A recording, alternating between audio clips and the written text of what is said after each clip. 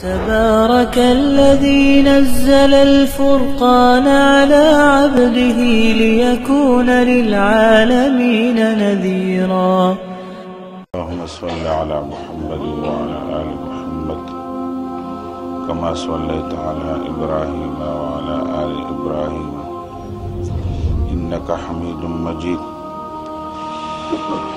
اللهم بارك على محمد وعلى آل محمد كما باركت على إبراهيم وعلى آل إبراهيم إنك حميد مجيد. نبی کریم صلی اللہ علیہ وسلم د بدر د جنگ حالاتو تذکیره دا او په دې کې مختلف واقعات مختلف معجزې د نبی صلی الله علیه وسلم دیو کرامات د صحابه کرامو دي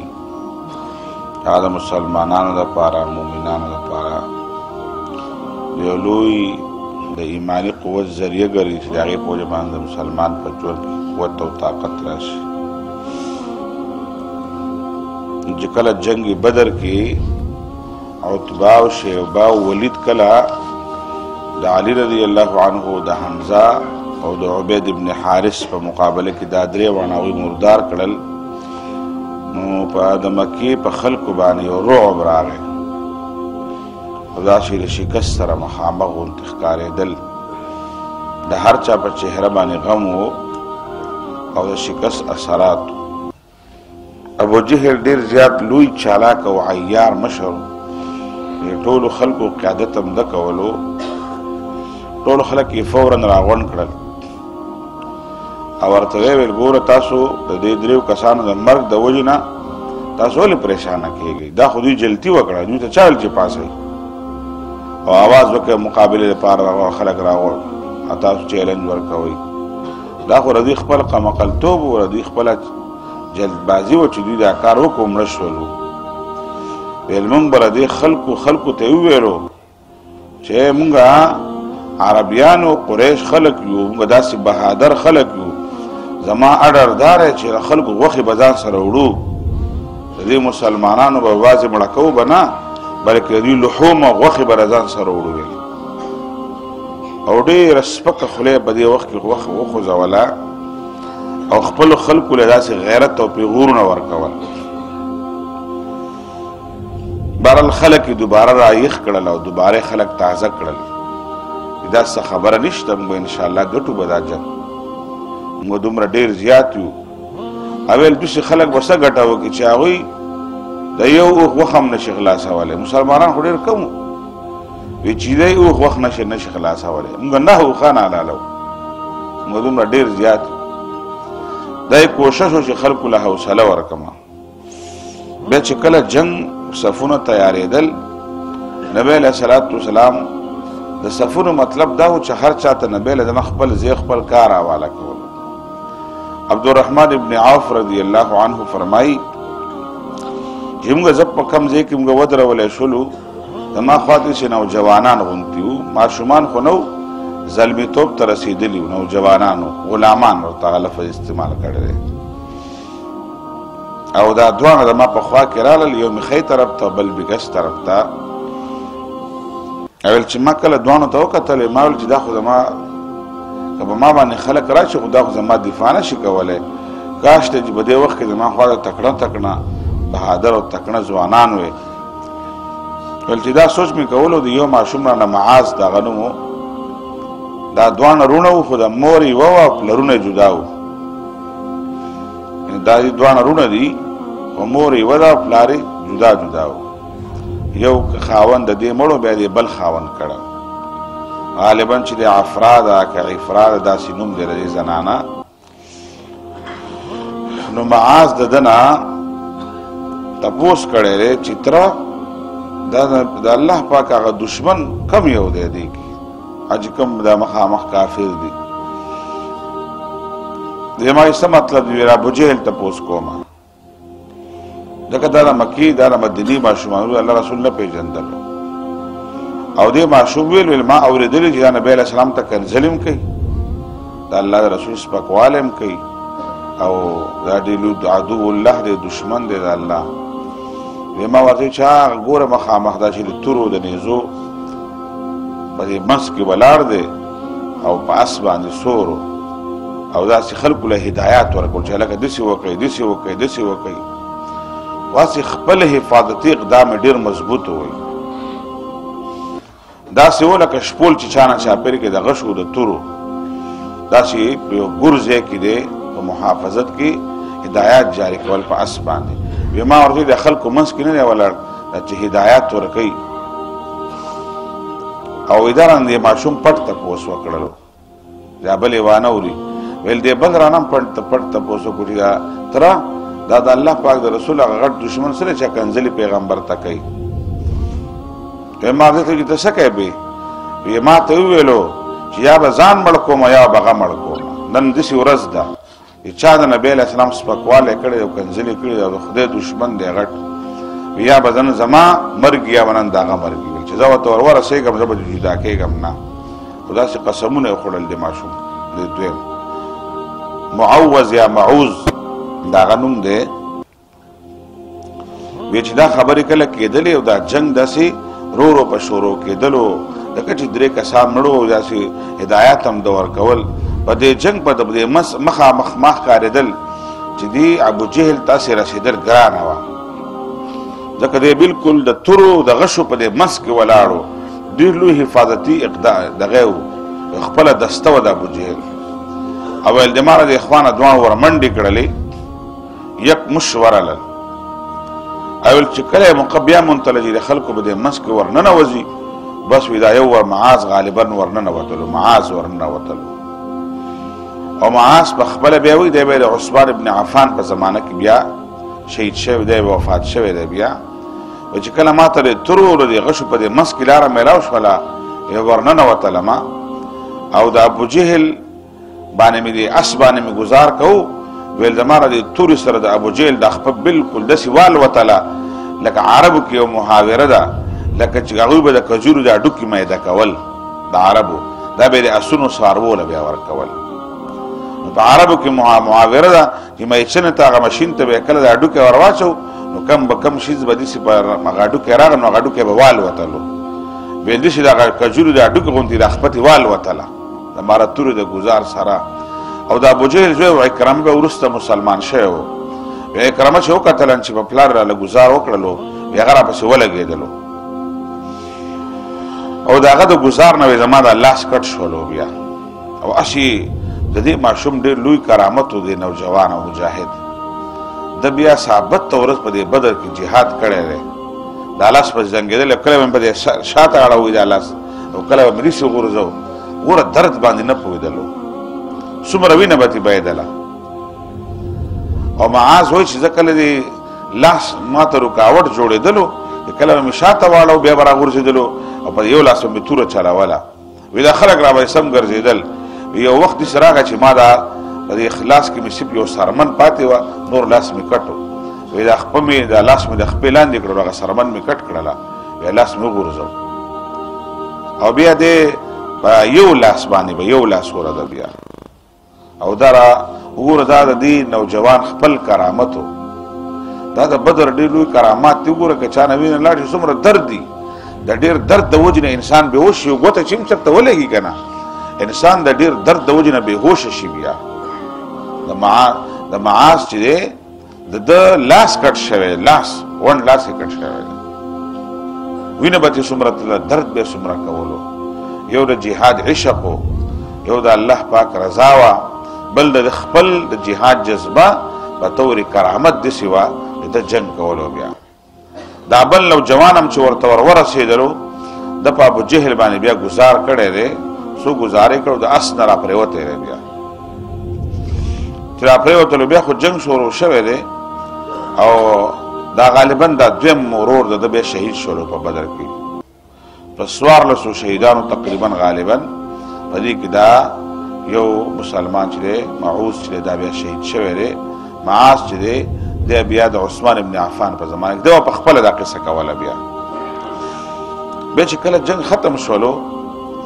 نو نبی علیه الصلاة والسلام وفرمایل دا دواړه بیا د الله رسول راغلي دي اوس نه دی شهید شوی لا معوذ غالبا معلومیږي د ځوان د دې واقع چې دا ځوان دي کې نه دي شهیدان شوي یا زخمی دی وروسته شهید شوی دی معاذ او معوذ ځوان راغله نبی علیه السلام ته ویل رسوله خو موږ ابو جهل او د خدای دشمن او ستا دشمن هم مړ کړ نن والی دی نو په توره هم والی دی مړ دی نبی علیه السلام هر یو معوذ هم دعوه کوله معاذ هم دعوه کوله نبی علیه السلام ورته تور خپل تورې هم کتلې دي تاسو تور خپل تورو صفا کړي بیا نه دي کتلې هم خو نه دي وایي د الله رسوله نه وګورئ خپلې تورې چې ویې کتلې د دواړو په تورو باندې د ابو جهل وینه پرته وه او نبی علیه السلام یې جنګ مه کوئ په خپل منځ کې دواړو وجلی دی د دواړو تورې ورته رسېدلې دي دواړو په تورو باندې د هغه وینه پرته وه نبی علیه السلام سره د ډېر مینه وه چا سره څوک چا مینه وي د هغه دشمن مړ کړی او په هغه پسې ورې الله د رسول ته کنځلې کړي توهین رسالت یې کړی نو دوی نبی علیه السلام ته د خپل د ابو جهل د مرګ زیره راوړل الله رسوله خوشخبري ده هغه ستا دشمن او د خدای دشمن هم مړ کړی په توره هم والی دی جنګ چې وایي کله ختم شولو نو اویا کسان خو د هغونه ګرفتار شوي مشهوره دا ده اویا کسان یې ونیول او اویا کسان یې مړه کړل د دوی څومره غټ خلک دا ټول یې مردار کړل په احد میدان په بدر کې او ځینې خلک بس وتښتېدل اوښان ترې پاتې شو سامانونه پاتې شو مسلمانانو مالې غنیمت راغونډولو او بس چاته کند او غر نه معلوم بس منډه وه یو په تیز روانو خلک نبی علیه السلام وویلو وی لکه معاذ او معوذ ویلي چې ابو جهل مې مړ کړی په تورو لږ تالاشې کوي وګورئ چې رښتا مړ دی که نه جمدی دی واقع ده نو عبدالله بن مسعود فرمایي ما ته یې وویل چې لاړ شه وایي زه لاړم ګرځېدلم چې ومې کتلو داسې په یو ځنګل غوندې په دې بوټو کې پروت و ما وی چې یا عدو الله قد اخزک الله د خدای دشمنه خدای وشرمولې که نه جمدی وویل او په دې سینه ورته کېناستلم او دې ږیره نه مې ونیولو په هغه زمانه کې د عربو ټولو خلکو به ږیرې ساتلې به دا د ږیرې خرول چې که نه د ایریانیانو رومیانو دا کار شروع کړی و په هغه زمانه کې مسلمان او غیر د دنیا ټول عام کلچر و چې ږیرې به ټولو خلکو ساتلې دا د ږیرې خرول دا د دې رومیانو ایرانیانو د دې خلکو روایت و چې دا مجوسیان چې به ورته ویلو دا کار بیا هغوی شروع کړی و چونکې د هغه خلکو دې طرف ته بیا یو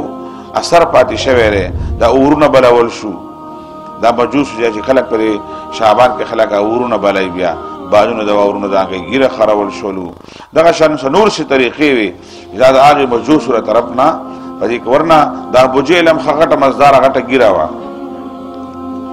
عبدالله بن مسعود فرمایي دې ږیره نه مې راونیولو او په دې سینه ورته ناست ما یې ما ته یې ویل چې څنګه حالت دی وګوره ډېر لوی خبیث انسان و ویل په دې وخت کې مې څنګه حالت دی وی ما ورته ویلو چې الله رسول وګټل او تاسو خدای وشرمولی وی ما چې تاسو بایللی دی تاسو شکست دی ټول خلک هم تښتېدلي دي وی ما ته ویل چې سله را پیغور راکې ولې که زه یو غټ سړی وم او د غټو خلکو د لاسه مړ شومه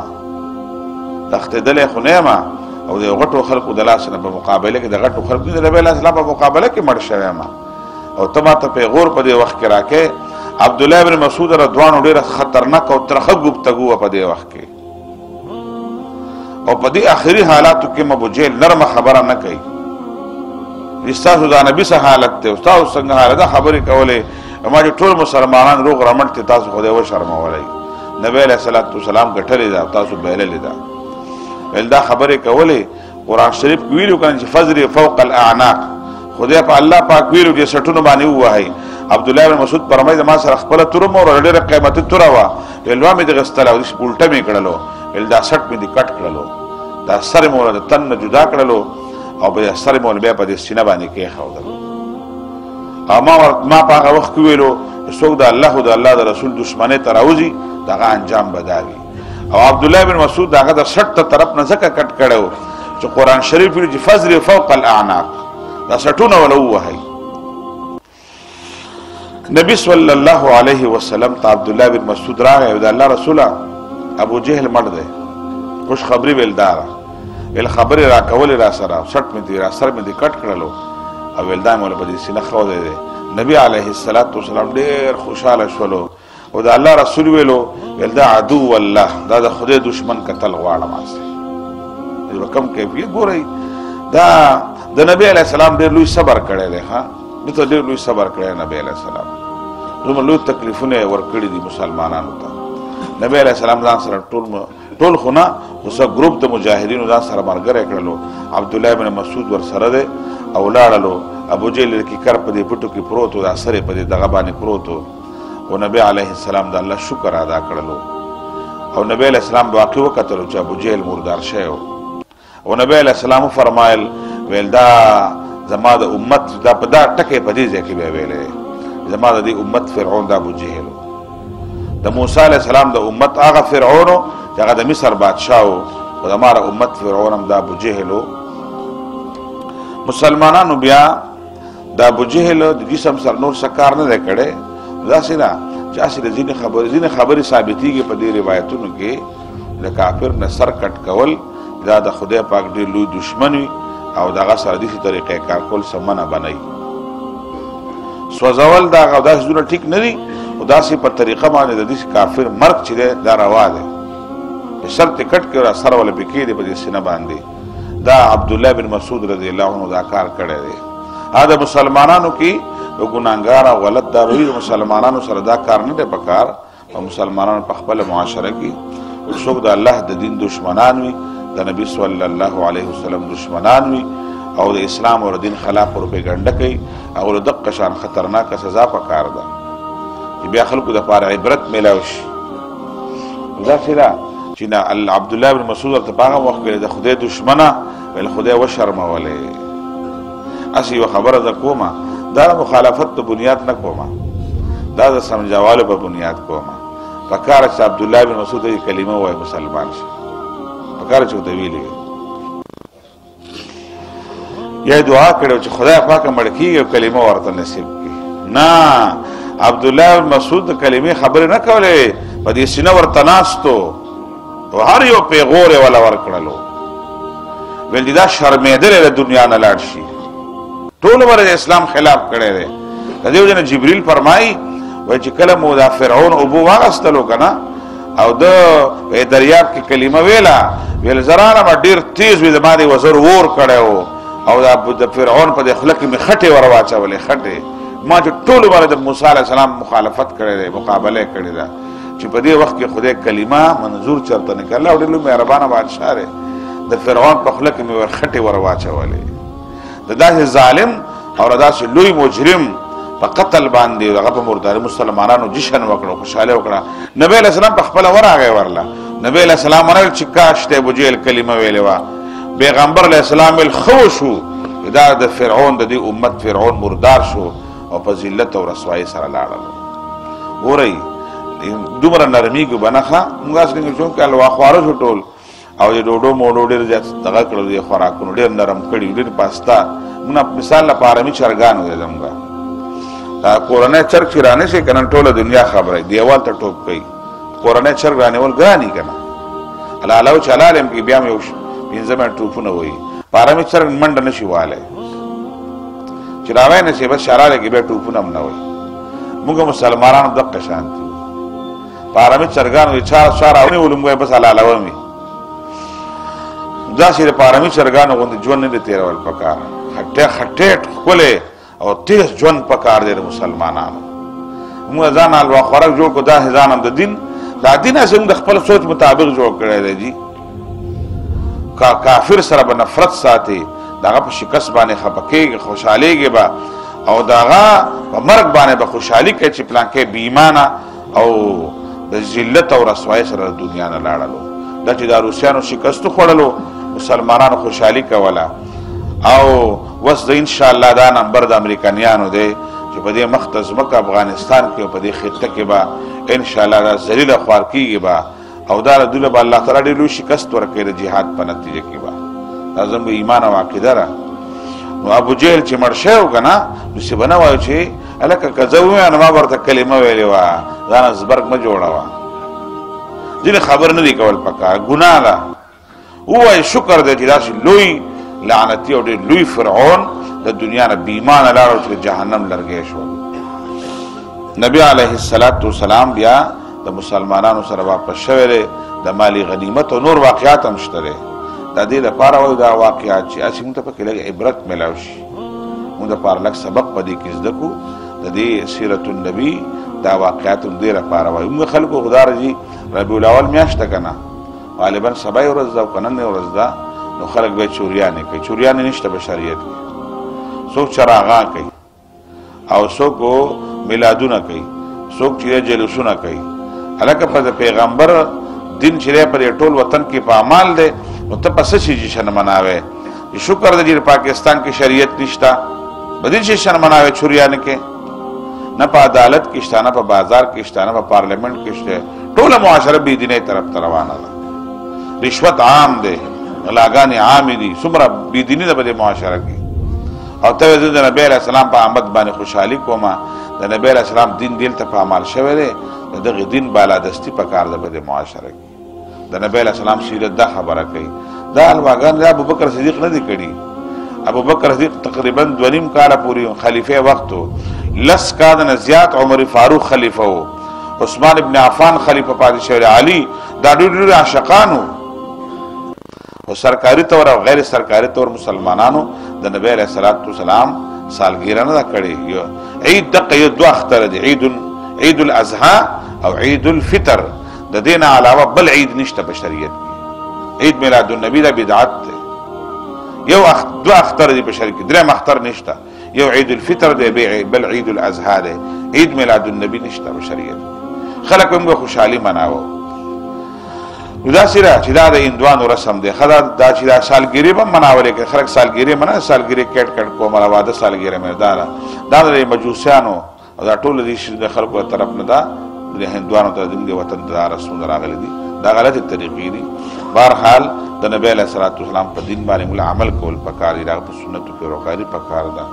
الله پاک دې مسلمانانو لره په ټوله دنیا کې بری ورکړي بری مخته زموږ د الله پاک دا دین غالب کړي سبحان ربك رب العزة عما يصفون نور على مر الزمان تألقا وأضاء للدنيا طريقا مشرقا وهدى من الرحمن يهدينا به للصالحات وللمكارم والتقى نور على مر الزمان تألقا